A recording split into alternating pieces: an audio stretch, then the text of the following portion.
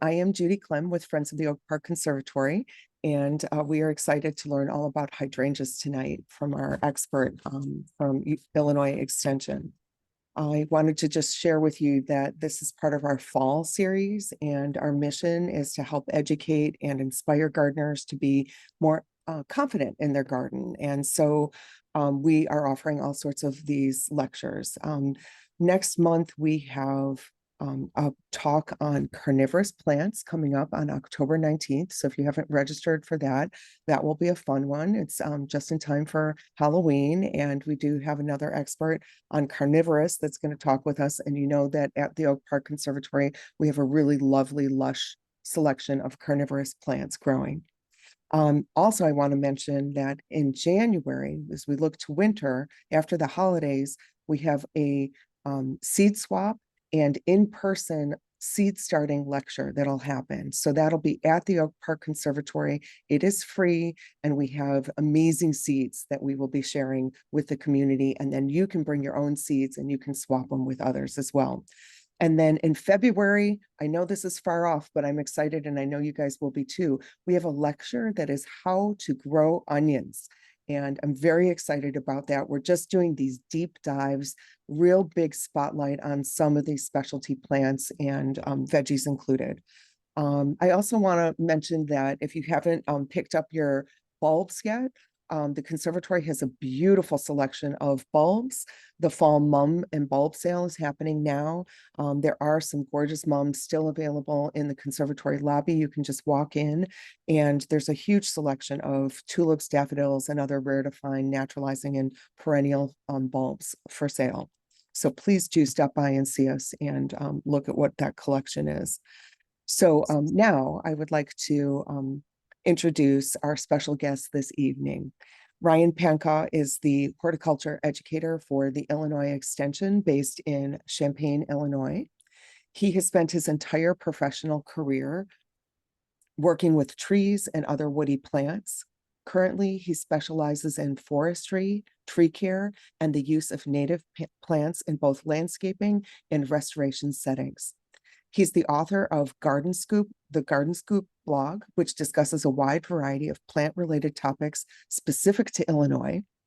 And Ryan is also one of the Extension's leading educators in pollinator programming, including the Pollinator Pockets program and the new Illinois Pollinators website. And we'll have more resources at the end of his talk. I also want to introduce our volunteer tonight. Casey Nikoloff is our co-host this evening, and she will manage the chat and the Q&A. So please do put your questions in that chat, and then we'll be able to ask Ryan some questions at the end. And if we have a cozy group, we could probably yeah, we got a nice crowd here. So if we have some folks that still want to ask questions, you can maybe unmute at the very end and we can answer your questions. So at this time, I'm going to turn it over to our friend Ryan, and he's going to share his screen, and we'll get going with this great lecture. So thanks for joining us, Ryan. Yeah, thanks so much for having me. Let's see, I think I should be sharing screen now. I hope you all can see my slides. All right, thank you. Well, yeah, Judy, thank you for the introduction. I am a horticulture educator with Illinois Extension. My name is Ryan Panka, and as you mentioned, my background's in forestry, in tree care. You know, I started my career as tree care, landscaping, that kind of stuff right out of college, then went back to grad school. I spent a little time doing traditional forestry, and now I find myself kind of back to the landscape side of things, you know, as a horticulture educator. And so you might ask, like, what does a horticulture educator do? Well, Extension defines horticulture very broadly. So that involves just about all kinds of plant growth and management. Again, I focus kind of on woody plants and things, but as Judy mentioned, I also do a lot with pollinators. I got really interested in just ecology, forest ecology in grad school, and just all those interrelationships between things. So that really interests me, how insects use plants, how just wildlife and the rest of the environment kind of use plants. And so that's what's got me so interested in pollinators. As you all probably know, pollinators are declining, and we have a lot of gardening programs focused on support of pollinators. But anyway, tonight we're talking about hydrangeas, and one of my favorite sets of shrubs in the landscape. Gosh, they are so versatile. There's so many places that you can find them. So tonight I'm going to go through a little bit of, the history behind pollinators or hydrangeas. And then I'm going to cover, kind of the different categories of hydrangea. There's about 5 of them. And some of my favorite cultivars or cultivars we have in use in some of our projects. One of the big things I do here in Champaign County is I'm in charge of the Master Gardener and Master Naturalist program for 4 counties, actually, Champaign, Ford, Vermilion, and Iroquois. And so some of these plants actually come from some of our Master Gardener projects. So those are, Master Gardeners are volunteers. So a lot of our gardening projects are entirely volunteer led. It's just thrilling for me to get to work with such a great group of folks. They love to be in the garden, just like all of you. They love to be there and working with plants, talking about plants, teaching about plants is their big thing. So let's start off with just a basic definition of a hydrangea, a commonly used shrub that offers interesting blooms, colorful foliage, and other ornamental attributes. So, the point of that definition is the main reason why we plant hydrangeas these days is for those ornamental attributes. And there's quite a few that they offer. We'll see a lot of those tonight. But we have a long history on Earth of hydrangeas. And so the first fossil record was over 23 million years ago. We can find fossil evidence of hydrangeas occupying portions of the Earth. Some of those were found on the Asian continent, but we know that they had a much further spread. And so they have a long history in Asia. And, we really think of kind of Japan as the center of the hydrangea movement. Here's a few points about some of the past, like art and other things that have talked about hydrangeas in Japanese history. And, you can see here at a certain point, the Japanese brought hydrangeas over to China. And so they've since spread there. When we look at European history, interestingly, the first record I could find of an introduction of hydrangeas to Europe was by the colonists. So bringing our native smooth hydrangea back across the ocean, where later, after there are several different botanists at this time, the late 1700s, that were looking at hydrangea and other species and studying it and looking at it medicinally. Dr. Thunberg there, he was actually a doctor and seeking medicinal uses, actually brought an Asian hydrangea back to Europe, to England, and that's what kind of started and fueled the cultivation there. Fast forward up to the New World, George Washington planted our native smooth hydrangea at Mount Vernon. That was one of the first records I could find, in American history of cultivation of hydrangea, where I'm sure it happened before that. That's just kind of the first place I could find it. Fast forward a little bit further, the release of the Snow Hill hydrangea, that's a cultivar smooth hydrangea, was a big marker around the turn of the century. And then, the Annabelle Hydrangea right here from in Illinois, southern Illinois. I'll talk a little bit more about that story. But that happened in, the 60s, that was introduced, and that to this day is one of the more popular cultivars out there. In the 2000s, we've seen like a really increasing popularity of hydrangea, and I'll talk about that on the next slide. But some of that, the Royal Horticultural Society picked Plant of the Year as a hydrangea for a couple years, just not too long ago, 2014 and 2018. So that's really fueled some of this popularity. If you just do a quick, Google Trends report, and it only goes back to 2004, but that's a lot of data. I forget what the y-axis is, if that's millions of hits or something, but it's interesting to look at the up and down of this graph. And I wonder if anybody has a guess as to why that's ebbing and flowing and going up and down. Well, it coincides exactly. If you look at this data and look at it on an annual scale, where you can really see that, coincides exactly with the season of bloom. When hydrangeas bloom, the Google searches go up. When in the middle of winter, obviously folks aren't searching hydrangea. But the point is that it's, they're becoming really popular. I was really interested to see this. When you do a Google Trends report, it shows you where all those hits came from. So from 2004 to present, folks on the East Coast in New England are the most interested people in hydrangeas. So the darker the blue color there, the more hits on Google we had for hydrangea.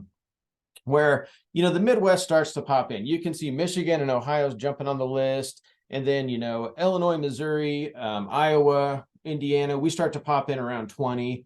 But by about 20, the Midwest starts to come in. So we're pretty popular. Makes sense that, folks in the arid West are not searching hydrangea. They don't do well there. They need our kind of Midwestern climate or the Eastern continental climate we have. But so when we look at that global distribution, there's around 75 species globally.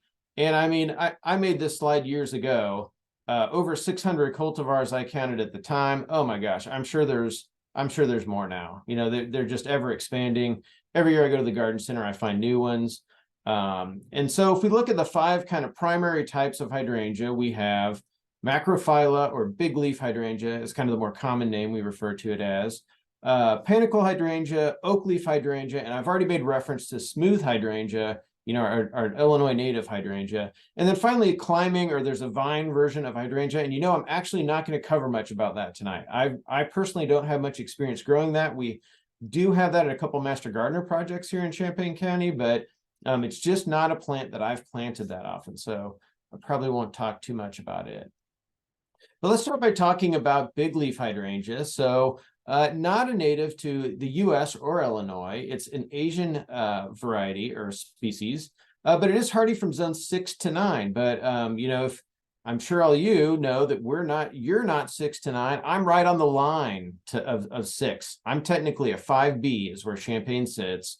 So, some of us have probably planted these and had some issues because, they don't have that cold hardiness. So that's really what this species is known for is not having that cold hardiness. But, you can see the kind of general height and spread. I'm going to say this throughout the night. I kind of post a height and spread on this, but it's really cultivar specific because a lot of breeding has been done over the last couple hundred years to get different sizes and shapes of hydrangeas. So you do have to kind of pay attention to the particular cultivar. But I note here that they have lace cap or mophead forms. And if you're not familiar with those particular flower shapes, here's an example of a lace cap on the left and a mophead on the right. And I'm sure we've all seen both of these flowers. As you see it, it's like, oh yeah, that's what we're talking about. But I'll flip ahead a slide here and show like maybe a little bit better picture. I mean, this is from a woodland in Southern Illinois. That is the native smooth hydrangea right there in a lace cap form. So it's a lace cap because we have this kind of circle of larger sterile flowers around the center of the actual fertile flowers that produce nectar and pollen. That's why you see the pollinators on the bottom picture there in the center on those smaller florets that actually offer that pollen and nectar reward. So when we look at big leaf hydrangeas, some of the care and maintenance recommendations I would give. I've already alluded to this. There's pretty inconsistent flowering on these, and really due to the cold hardiness issue. So in a zone 5 type setting, even here in Champaign, if you're going to plant a big leaf hydrangea, I really recommend that perfect microclimate. So that really protected area that for me, that's kind of the south side of my house. My backyard butts up to a woodland. That area is really, really protected and it gets a nice south sun. So that if I was going to plant one of these, that's where I would put it. Really requires full sun or in the full sun, it really requires more consistent moisture. So if you remember on the last slide, I noted it can handle part shade up to full sun. In full sun, it's really going to take some watering and things. So, if you can tell, I'm hinting at the fact that this is a high maintenance plant. This is not the hydrangea that I typically recommend to folks, because this is the hydrangea I get a lot of calls and questions and problems with, when I look at the list. At Extension, we regularly take in calls and questions from the public. But the one cool thing about it, and I think this is why I've been enticed to plant it. I used to live in Southern Illinois. That's where I went to grad school and lived for a while. That's why I planted it down there, is this pH thing. I think we've all heard of this, where, if the pH is more acidic, you get a blue colored flower. If it's less acidic, like 6 and higher, we get this pinkish colored flower.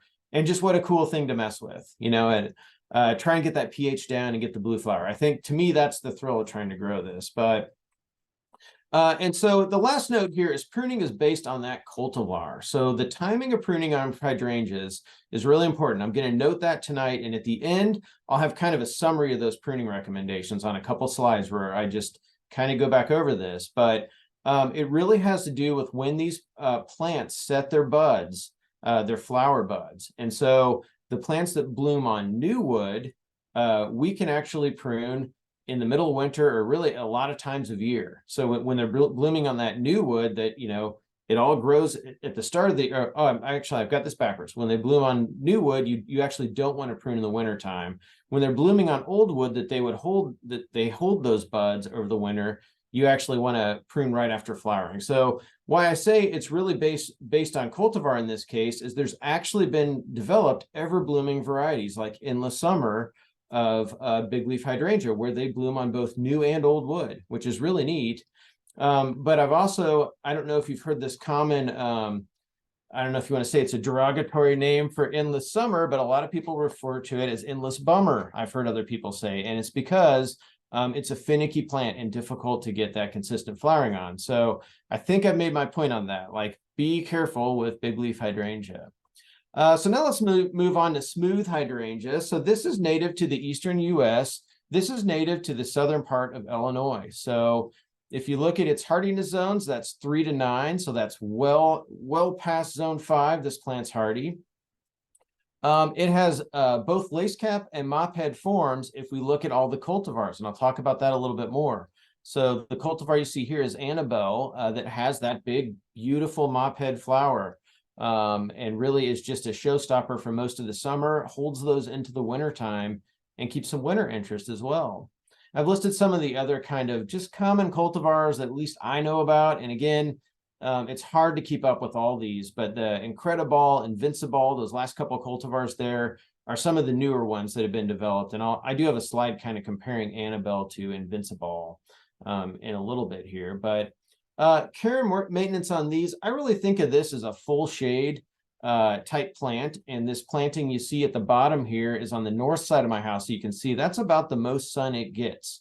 Is part of the shrub gets some sun, but it's mostly in the shade. And especially once you get past, this is probably about high noon at my house. Once you get a little further past and it moves a little bit, there's a big sugar maple. It starts to cast some shade from my backyard even, and kind of puts all this into shade. So if you're going to plant it in full sun, they will tolerate that. And I'm sure you've all seen these hydrangeas planted in full sun in just a regular full sun landscape setting. You need to provide some watering and some consistent soil moisture. So basically that just means you'll need to water this time of year when it's dry. And what you see with that is the foliage really starts to look crummy this time of year. It almost starts to lose some of those lower leaves, and it just looks stressed when it's in full sun, and it doesn't have the right soil. Now, in some cases where you have a rich humusy soil there, it can hold that moisture well enough that you don't have to do a lot of watering. But like in this case, along my foundation, this is not a very good soil. You know, it was disturbed when the home was built. And, you know, so I don't necessarily water these, but in a full sun type setting with poor soil, that would be the case. I always like to note it's very transplantable. So it has a fibrous root system. This little patch right here was actually transplanted from my in-laws' house by me just digging little tiny sprouts that came up underneath the shrub. So that fibrous root system pushes up sprouts. You can transplant it. You could dig up these shrubs entirely and move them, of course, not letting them get dried out or stressed out by full sun, but it's just a really transplantable hydrangea in my experience. So let's talk for a second about this interesting story of the Annabelle Hydrangea. And I probably should have posted a link to this, but if you're really interested in all the details on this, I did write a blog about this back in 2020. And I don't know if folks are familiar with, I wish I had a better picture and didn't have to hold it up, but Michael Durr's Manual of Woody Landscape Plants. And to me, this is kind of like my Bible of woody plants. You know, this has been in my truck when I was an arborist. It's on my desk right here. And I mean, that's not on purpose. It's there because I use it this often. But Durr alluded to some of this history that he had uncovered. And in his manual, he talks about some conference proceedings that were published, talking about this whole process of how the plant was found. So I went and read that. I actually had to go to campus and go to, you know, a paper copy of something to get this. Where in this day and age, so many journal articles and everything are online. So it was just kind of a fun process. Go to campus, get a copy of the old journal and read it. But so I've summarized that story in that article if you're really interested in more details. But long story short is there was a few ladies. Harriet Kirkpatrick was one of them. A whole side story of that is the Kirkpatrick pottery that has a legacy in history in Southern Illinois. There was some pottery around the early part of the 20th century that is prevalent in a lot of around Southern Illinois. But anyway, so that's another connection. But she was horseback riding, and she saw in the woods in Southern Illinois, around Anna, Illinois, Hydrangea arborescens that had these beautiful mop head flowers. And so she transplanted that, brought it back, planted it in her yard, and Anna shared transplants. Again, very transplantable plant. And for years, it was just kind of a local variety around Anna, Illinois. Well, Dr. Joseph McDaniel, like from right here at U of I, ran across that plant. And I think it was maybe even in the 50s that he saw it and gained some interest, eventually brought it back here to Urbana, and in 1962 released it as Annabelle, as a throwback to these ladies in Southern Illinois. So kind of a cool story. And to this day, it's one of the most popular cultivars, where again, in this fast moving frenzy of hydrangeas we've seen since about 2000, it's starting to get outpaced by some of the others, but still a great one. And I still have like planted and transplanted around my place. But an interesting thing that happened here, when Annabelle is considered a nativar, if you've ever heard that term, nativar. I did a presentation on natives versus nativars. There's a recording of that out there on YouTube if you want to check it out, where I looked at not just woody plants, but also prairie plants, all native plants essentially. But a nativar is the same species. So Annabelle Hydrangea is simply a cultivar of Hydrangea arborescens. So that means that we've bred, or in this case, we've copied to select for a specific gene expression within that species for this mophead flower. Where if you look at the right, there's regular Hydrangea arborescens. And as I alluded to earlier, that has a high pollinator value, the native lace cap flower, versus this mophead flower does not. We've bred away the pollinator value of this plant, and who knew, and back in 1962, we didn't necessarily pay attention to this. And for its landscape or ornamental value, that was a good move. I mean, it made a beautiful plant. So not necessarily second guessing the development of the species, but this 2019 paper actually compared it directly. So this is a scientific paper where they looked at wild hydrangea versus Annabelle. And so we can see some of the differences they observed here in just pollinator use, time of blooms, some of the characteristics of the flower, where our native wild hydrangea has about a week less to flowering than Annabelle, where Annabelle was noted to have about 28 days worth of flowering. But the big number here is that about 99% of the flowers on wild hydrangea are fertile. So 99% of them are those smaller inflorescences that offer nectar and pollen. The other 1% are those kind of lace cap sterile flowers, where in Annabelle, 42% of the flowers are fertiles, and they're hidden in there. You really have to look. If you have an Annabelle, you really have to kind of peel open that flower and look in there to find those smaller, more fertile flowers, where that led to 3 times more bumblebees and 2 times more bees in general on the native hydrangea versus Annabelle. So that's a big difference. So if you're looking for pollinator value, it's not in Annabelle. You would want to plant the native. But when we talk about improved varieties, this is right the front of my house. So this is that same Annabelle to the left that you'd see if we're standing here looking left and right of my front door, and look at it this time of year. It is flopping over. Can you see that? And they tend to lay over, get their stems longer. That's why pruning is maybe important on this species, to keep those stems shorter and stouter. But Incrediball was bred for a longer bloom duration. So, attempting to settle that difference that we saw of about a week less blooms, and then also more upright and stiff stems. And you can see that Incrediball, it's standing straight up. It's not flopping over this time of year. So, so there is a reason why, these cultivars are coming out. They are improving things for us as gardeners. So I probably haven't. Last year, I didn't prune these plants. So they came through, a lot of time, about maybe every third year or every other year, I cut these back to the ground in the wintertime is the common pruning practice. Let them grow back, and they'll come back and be full size in 1 year. So I usually do it about every other year, and that's just out of laziness. I've got 1,000 other things to do in the landscape, and there's usually something else that I'm doing. But this is an interesting variety that we have in one of our master gardener gardens, and it's It's called Mary Nell, and it was actually found in Joseph McDaniel's personal gardens in the 90s. It was one of the, he was really interested in cultivars. He had all kinds of different things, and it was named after his wife. So we put this in the Idea Garden on campus as one of our biggest Master Gardener projects. And you can see it has that nice flat lace cap flower. It has a little bit more, it's a little hard because this photo's a little bit washed out. It has a little bit more of the lace cap flowers around the edge, so it's a little more showy than your basic native hydrangea.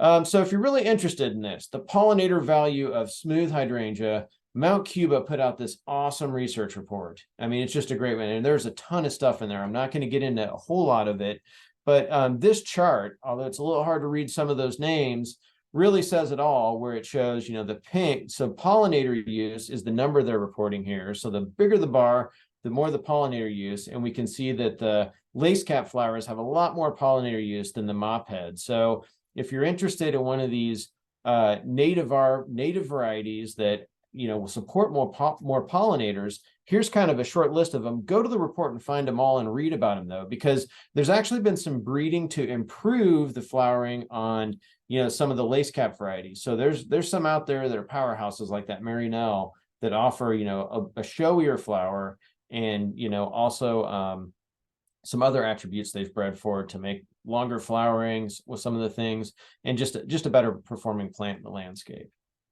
So next, let's move on to oak leaf hydrangea. And being a forester, this is another one of my favorite hydrangeas.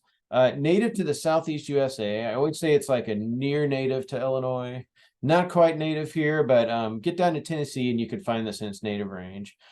Zone 5 to 9, so it should perform okay in zone 5, as far north as you all. It does great here in Champaign. It's one of my favorite plants in my yard, is some of these oak leaf hydrangeas. But it's listed as full sun to part shade, but there's definitely shade tolerant cultivars. And I've gotten really interested in the shade tolerant ones because that's what I needed, was some hydrangeas in my landscape in shady spots. So absolute 100% shade tolerant varieties of this. And probably the biggest thing that they offer, I mean, all hydrangeas have awesome flowers, but this crazy fall color, I mean, just spectacular fall color. As they get larger, and they can reach up to 12, I probably could be taller. There's a planting on SIU campus near the forestry and horticulture buildings that's a good 15-foot plus of these mature, probably 30 to 50-year-old plants. And when they get big, they have this interesting exfoliating bark. So it looks kind of like river birch, is what it reminds me of. Not quite as peely as river birch, but that multicolored kind of peeling bark. And so I've listed a few of the kind of common cultivars there, which I'll talk about ruby slippers and ice crystal in a minute here. But it definitely, I've noticed it thrives in most moist soils. I say it appreciates mulch, just meaning it appreciates a little bit of moisture retention in that soil. And around my sugar maple in my backyard, everything's really dry. It's just a higher part of the yard. I feel like the maple roots just suck everything out of the ground. So I mean, that's the worst place you could think of to plant this, is that super dry place, especially with some shade too. It really doesn't tolerate temperatures below 10 degrees Fahrenheit, that's the bottom limit of zone 5. So when we had these crazy swings towards super cold in January, sometimes we can have some above ground growth killed, but it doesn't kill the roots. So it'll always come back from the roots. It'll sprout from the stump. I say, prune immediately after flowering, and that's again, so bud set can happen that year, so it's ready to flower again the next year. But really it doesn't need a lot of pruning. It's not like an Annabelle where like mine gets big and floppy if I don't kind of prune it and limit the size of it. But if you do have to prune some of that winter damage out, it's fine in spring. Don't worry that you're kind of breaking the rule there and pruning in spring. As soon as you see something's not leafing out in the spring, if there's a little bit of damage, what I'll see is on the tips a little bit. Sometimes there's some damage that was exposed. Prune that out in the spring before growth starts, and it's fine. It doesn't interrupt the plant that much. So I wanted to talk about real quick just some of these. What I've been interested in is the shorter, more shade tolerant species or cultivars. And so this is an example of ice crystal, which very shade tolerant, super compact, so 3 to 6 feet. So you can see when I planted it in this bed in 2020, there's the little thing. I wish I would have got a picture this year of it in bloom. This picture is actually from last week, but you can see that plant didn't grow up. It kind of spread out. It's filled in around my hostas, and you can't see it great here, but in the springtime, this is a giant columbine patch right here. You can see it kind of flooding out into the path there. There's some little columbines still green now. And so just what a spectacular show in the spring, all that columbine blooming. We've got a little hummingbird feeder there, but the columbine probably supports them in the springtime. We wouldn't have that out.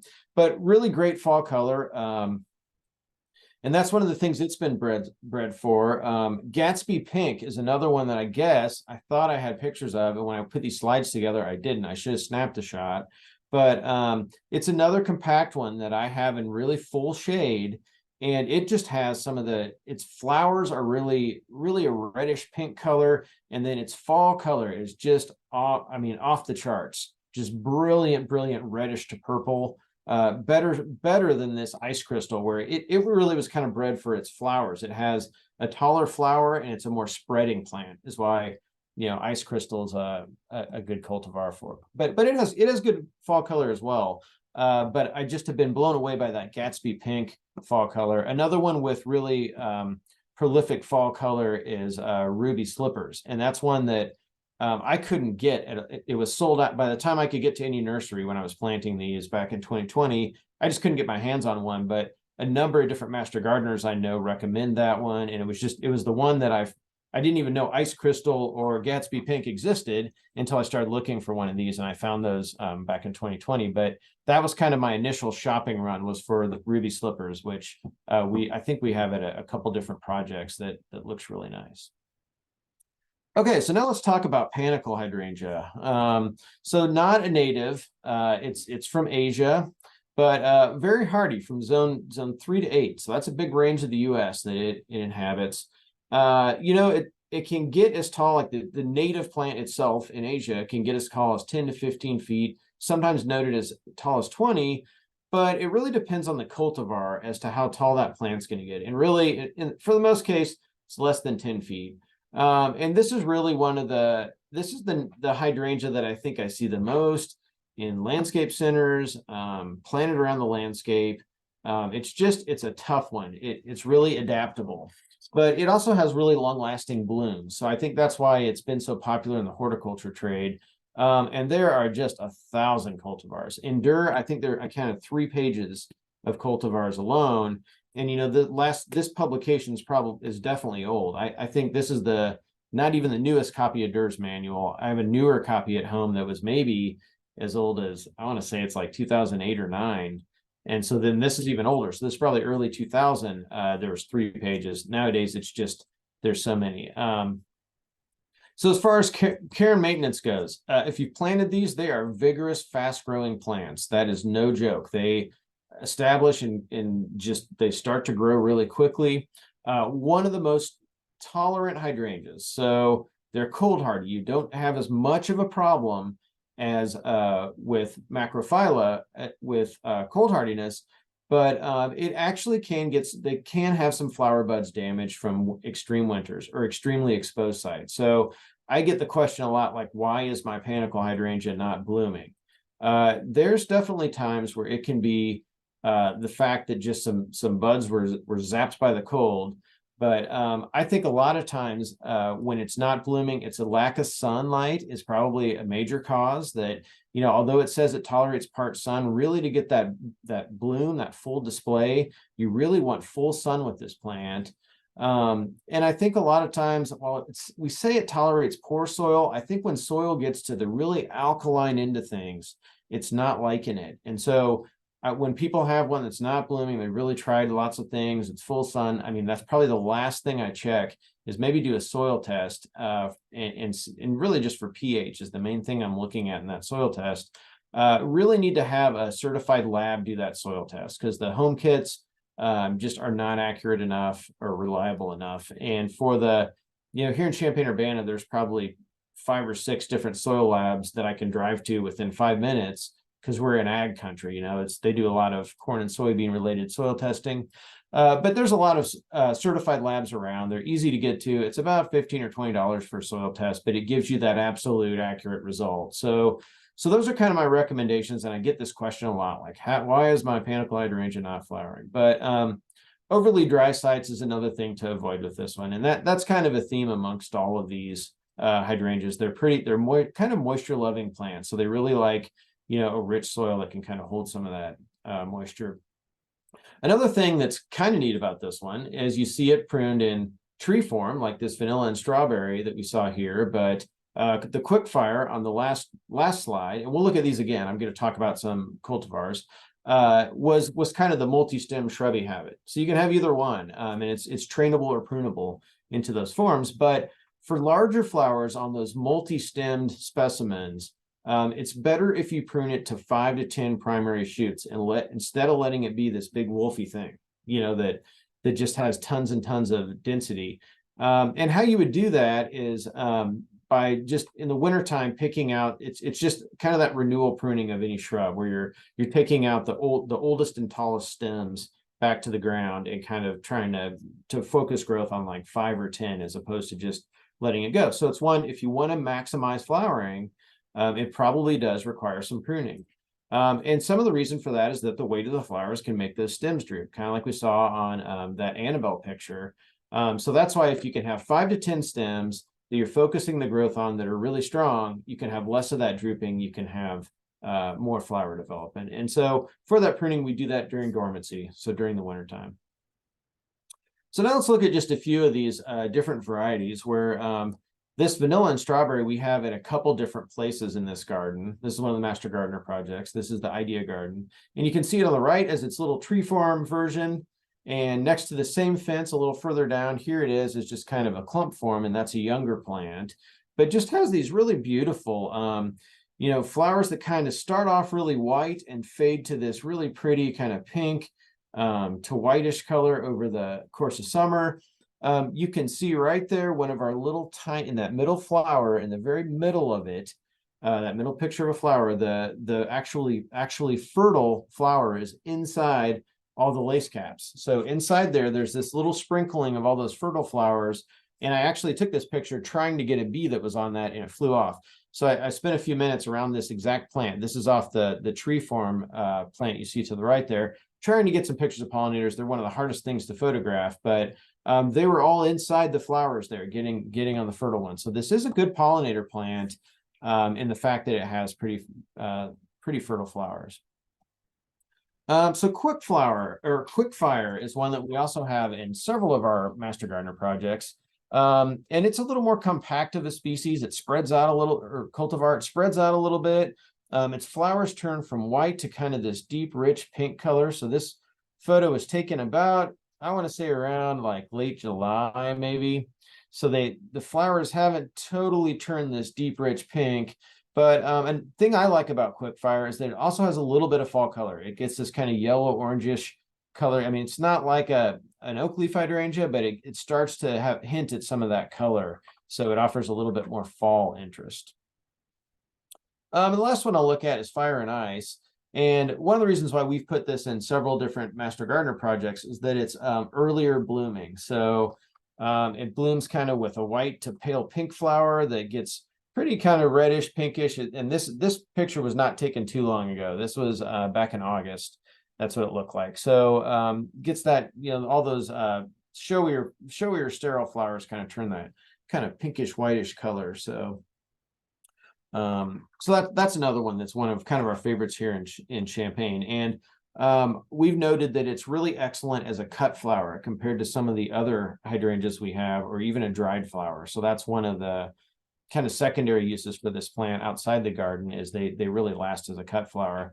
And I kind of meant to mention that as Annabelle. I think it actually does a really good job as a cut flower for as long as a woody plant's flower can kind of last in a vase. So now let's end with just like kind of a review of the pruning. So this is a case where like you really need to ID down a species, you really need to ID down a cultivar on these plants and know your cultivar, because we talked about some of these ever blooming varieties. So here's kind of the rule of thumb. So the summer flowering plants like I call it Snow Hill right here, smooth hydrangea, Panicle hydrangea, and certain varieties like Endless Summer of Bigleaf hydrangea are summer flowering. So we would prune them in the wintertime, where our spring flowering examples, those plants they save the buds and they flower right away, first thing of the year. That's oakleaf hydrangea and most varieties of bigleaf hydrangea. We need to prune right after flowering. So with like an oakleaf hydrangea, that would be, kind of the end of July, right after it's flowered. If you need to prune it, that's when you're going to prune. And like I said, with oakleaf, it doesn't really need that pruning all that much. And, keep in mind that this recommendation is all based on the flowering strategy. And if I had to say, what is the best time to prune a woody plant with respect to plant health, not necessarily flowering and blooms, that would be the dead of winter, when it's absolutely dormant, that's when we want to prune a woody plant to have the least impact. It's in dormancy. We're not snipping off buds or leaves that have a high energy investment from the plant before it can get a return on it. So that's what we're really playing with with woody plant health is, that return that the plant invests. If you want to think about it, I was explaining it as kind of like a bank account, the energy that a woody plant has. So throughout the summer, it's photosynthesizing with its leaves. The leaves are making money. They're, generating all that income for the year. In the fall, it squirrels it away and puts it all down in its roots and its stems and saves that money for then in the springtime, it puts out a big investment to develop those leaves, those flowers, all those plant parts. And so it really takes until about mid-June at the earliest for that plant to get enough return investment on the investment that's put into the leaves and the buds and things, that when you snip off a twig, you haven't caused a net loss for the budget of the plant. So if you want to think about it that way, that's the game we're playing with plant health. And that's why it's important to prune in the wintertime, because when we snip off a limb, although we are taking off some of that investment, because we know woody plants store, even in their stems, some of that energy, we're taking away the least amount of energy in that pruning practice. So that's kind of how the strategy for pruning with hydrangeas came about. And so lastly tonight, before we go to some questions, I did want to mention our new Illinois Pollinators website. And as Judy alluded to, I do a lot of pollinator programming. Another program that we do is called the Pollinator Pockets program. And you can actually get to that through this website by going to the Community Science and Education tab. But the Pollinator Pockets program is a fun one. I'm looking for a little sign I usually keep right here. We have these nice little metal signs. If you sign up your pollinator garden as a pollinator pocket, we'll send you a little sign and you can hang it up, and it's meant to be a conversation piece for your neighbors, for your friends to say, hey, what's a pollinator pocket? And you can say, oh, that's a garden that I planted to support pollinators. They need our support. They're in, ecological decline right now. So this website is geared towards folks like us that are interested in planting pollinator habitat. That's the goal. So we have, under that What Are Pollinators tab, we have a lot of information about pollinators in Illinois, the actual insects doing the business of pollination. In our Plants Pollinators Use section, we have a large plant database of native plants, and you can actually sort those plants by size, by site conditions, by the season of bloom, the month they bloom, the color they bloom, lots of different factors. So you can pick, and as you pick one of those factors, it sorts down our plant list. It basically filters it down to what meets your criteria. So the idea is that you would have a garden that offers continuous blooms throughout the summer.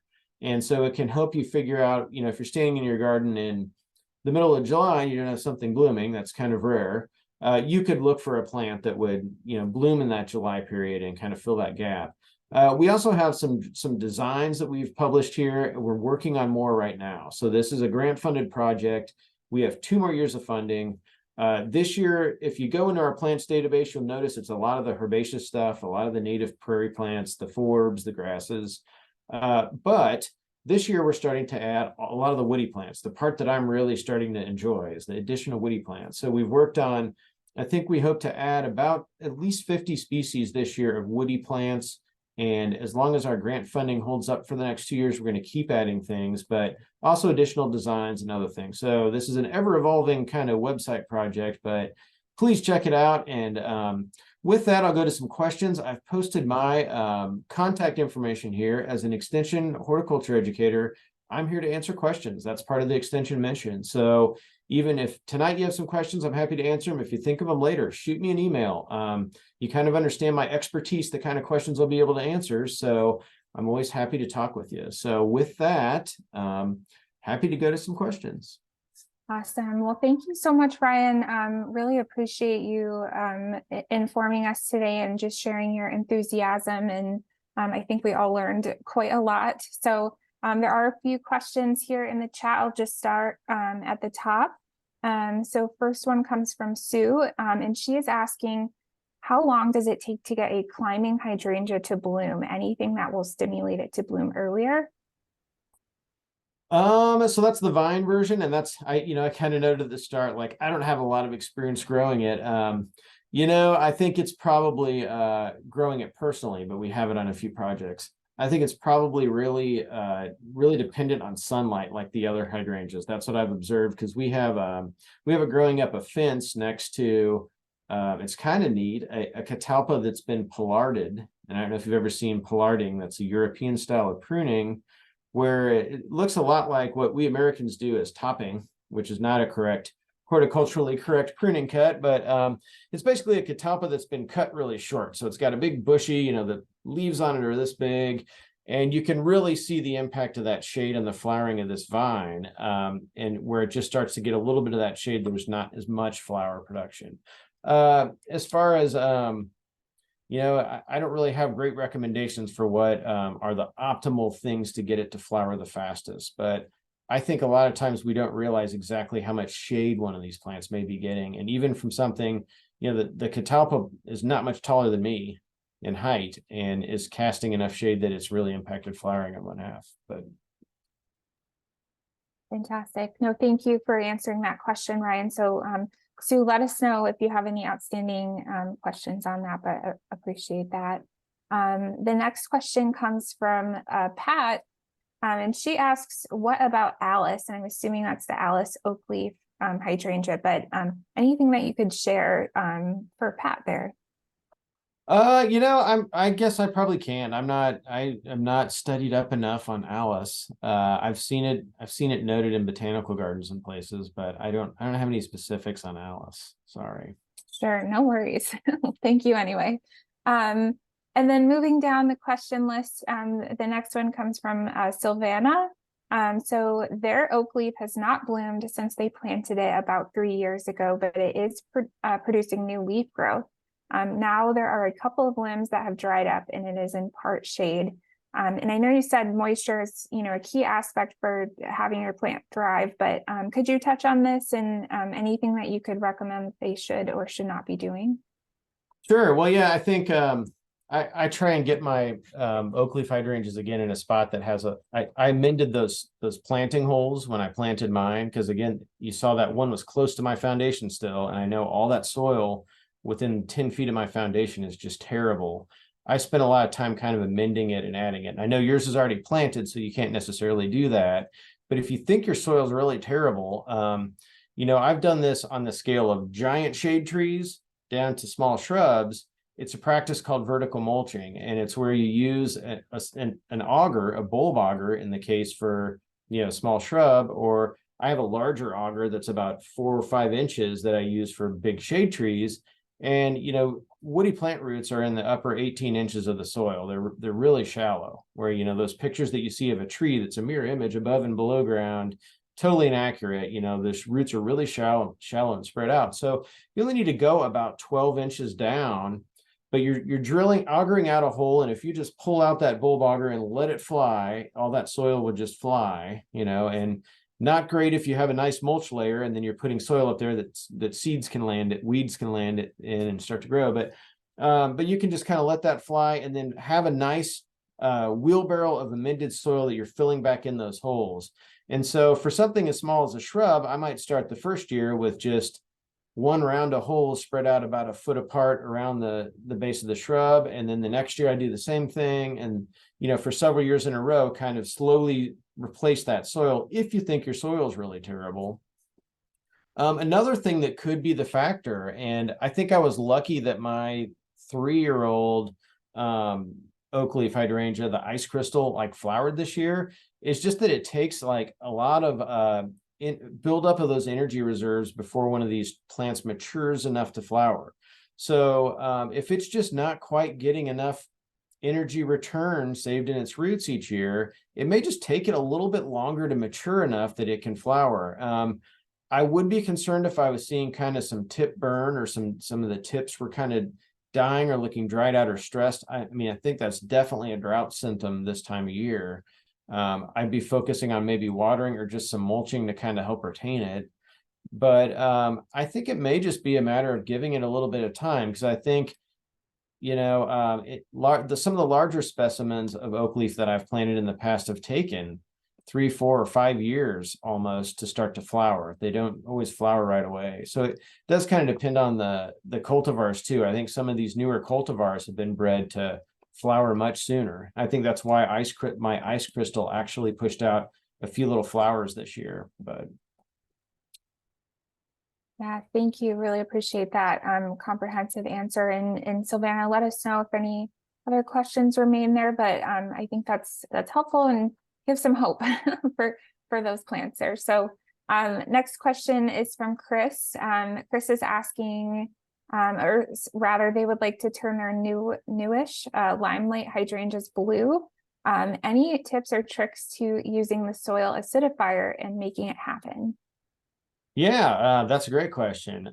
Again, I would recommend probably a baseline true soil test, you know, from a soil testing lab to see where you're at. And then I've had really good luck with just the granular products that you put out on the soil surface. But the thing that you have to remember about soil acidification is that it's a very slow process. It takes a long time for that product that you put on the soil surface to kind of react and start to acidify or have much effect. So the case where I've monitored this the closest and to the T is with shade trees that are starting to have iron chlorosis issues. And you know, the blue flower production is a similar thing as iron chlorosis.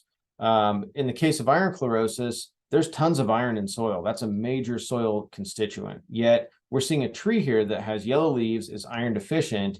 It's a pH problem, and every soil nutrient has an exact pH range the plant can take it up in for the maximum uptake. And so as we start to get way more towards the alkaline side of things, plants just can't take up iron. Like a pin oak is one of the worst for this, cannot take up iron. River birch is another one I've done this with a lot. And so it's not that it's not there. We just need to make that chemical process available by lowering the pH so the plant can take in. And in the case of your limelight, that's actually aluminum that we're trying to take up from the soil. So what I've done with those products in shade trees where I've really monitored closely is even done like a soil test once a year after I put out the recommended amount. So the different products that you can use, I've almost always used elemental sulfur, and it's not as environmentally impactful of a production process. It's sulfur that's mined in that form out of the ground and brought to us. So if you're ever looking at organic standards, it would meet organic standards if you use sulfur, whereas aluminum sulfate is, you know, produced using petrochemicals, you know, so it has a much bigger carbon footprint. But aluminum sulfate will actually activate in the soil faster. You'll get faster acidification. It's not as long lasting. You know, I kind of compare elemental sulfur as kind of like slow release nitrogen as an acidifier. It's kind of a slow release thing. And so I like to get the sulfur down, or whatever product you're going to use, have a baseline test ahead of time, and then wait a year later, maybe sometimes even a year and a half, depending on the timing of what season I put it down. Because I really want a full growing season for that product to react with the soil. And then you can see, you know, for X amount of this material that I put down, and you should go by the labeled rate, it'll have it's always a difficult calculation because it's like per 1,000 square feet or something they give you on the bag, where you're talking about the root zone of a hydrangea. So, you know, it takes some kind of interpretation down to the size you need. But with some math, you know, with some careful math, you can calculate about how much to put out, and then monitoring that with the soil test, at least the first go around, so you know about how much you've got. And then after that, you can you know, maybe you would test again in a few more years if you're not getting a result. But usually after that first round, I can kind of calibrate the amount of acidifier I need, because they give that recommended rate, but that's for just kind of the average soil conditions, where yours can be different than, you know, how that was calculated by the company that sold it to you. So you need to kind of have that calibration period and then go forward. And if you don't think you're getting the results, test again. So I guess it's really kind of soil testing, writing down what you put down, like how much you used, if it was a cup, if it was a coffee can, like record that. And I mean, I stress that a lot. And I'm, you know, ask my wife, I'm terrible about it too, but writing this stuff down in like a gardening journal or something, or I mean, writing down what varieties I plant where. I'm sure we've all mixed that up before, but I've started to be way more careful with that. But you know, a year from now, I won't remember how much sulfur I put down when I get that second soil test. So it really is important. What I've started to do is I email myself, and in the subject line, I'll say sulfur application in the front garden. And so then I can go back in my email and I can search. There's all kinds of different ways you can record it, but make sure you record it and track it, and you should be able to figure out how to get that pH down. Fantastic. Yeah, no, really, really helpful guidance there. So thank you so much for that, Ryan. So I know we just have a couple more minutes here, but we'll try to get in a few more questions because they're flowing into the chat. So I'm glad people are interested in learning more. One question here from Iris, I wanted to make sure to touch on this. So they asked, where is the Idea Garden and can they visit it? And I think I found the link and put it in the chat, but if you could share more about that, that would be great. Sure. Yeah, it's open to the public from dawn till dusk every day. It's in the U of I Arboretum, so that's near the corner of Florida and Lincoln, kind of right at the south edge of a lot of the main part of campus. So right in Urbana. Yep. Perfect. Great. And then let's see. So Pat, so moving back to specifically the hydrangeas, Pat is asking if you should cut off flowers in the fall on oak leaf hydrangeas.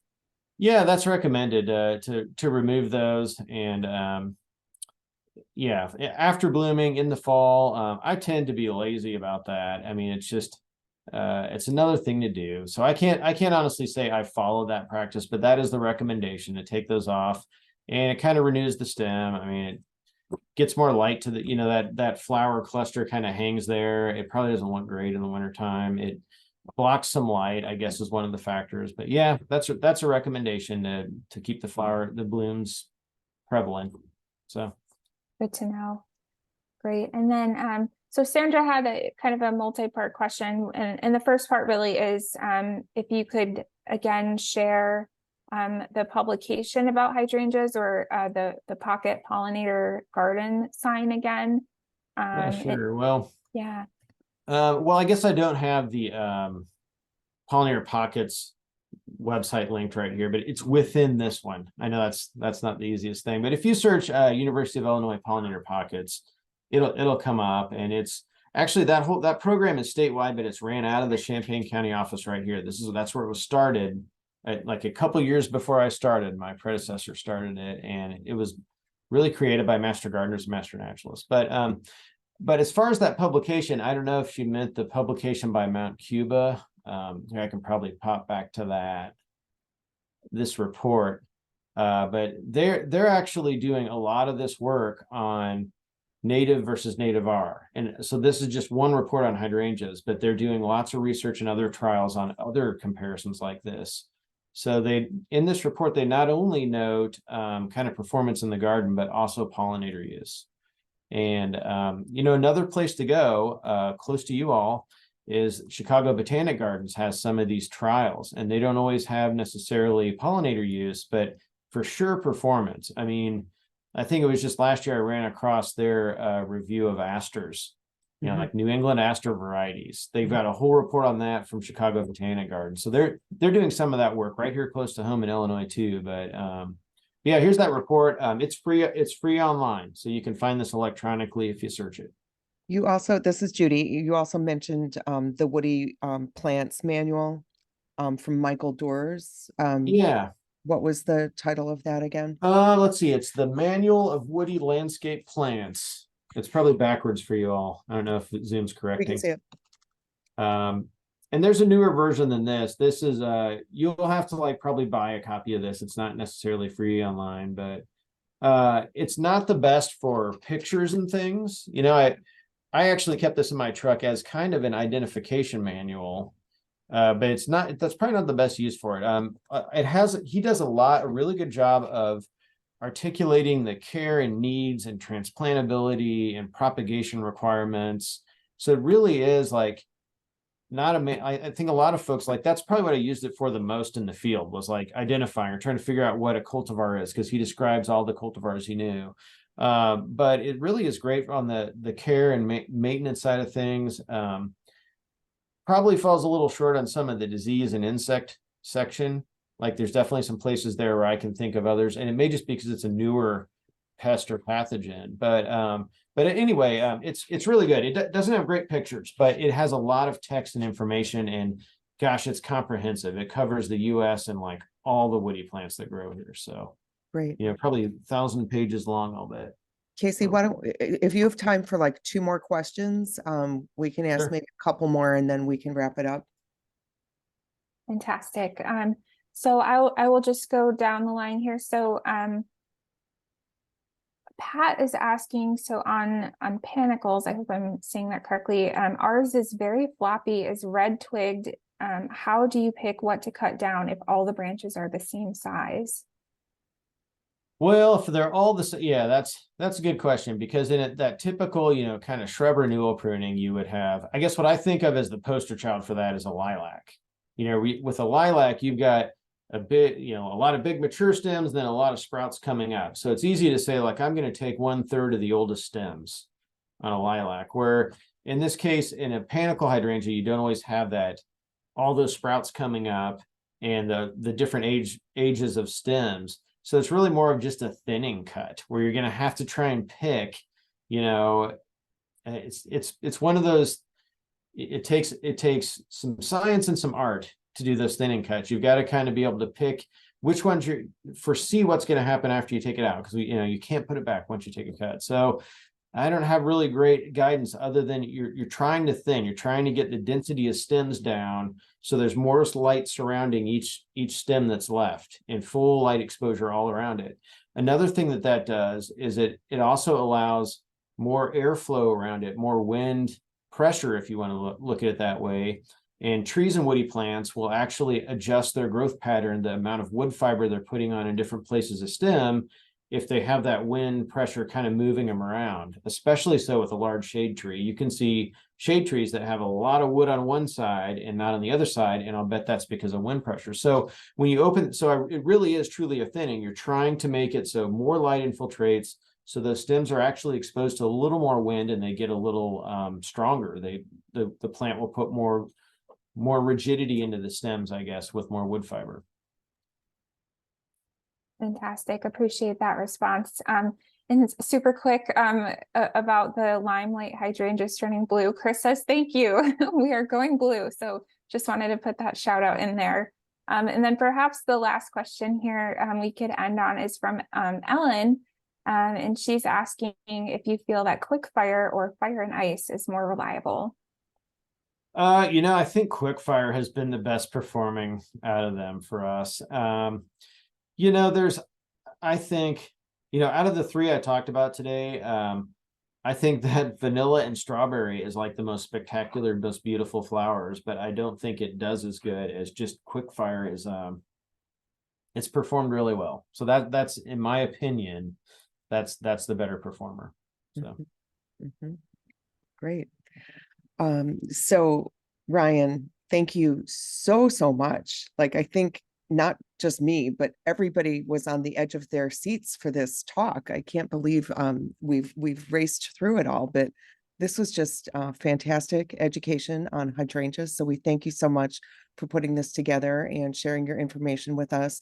And if you're okay with it, maybe I send your email Sure. as part of the follow-up if people have questions that they didn't get answered. I think that would be helpful for folks because there's always that lingering question. So Everybody, thanks for joining us. This was put on by the Friends of the Oak Park Conservatory, and our next lecture will be October 19th and on carnivorous plants. So watch for an email coming very shortly from me, and it'll have more information. But you're welcome to unmute if you want. I'll keep us open for another 3 minutes, and then we'll let Ryan have his evening back if you want to say hello or thank Ryan for his time.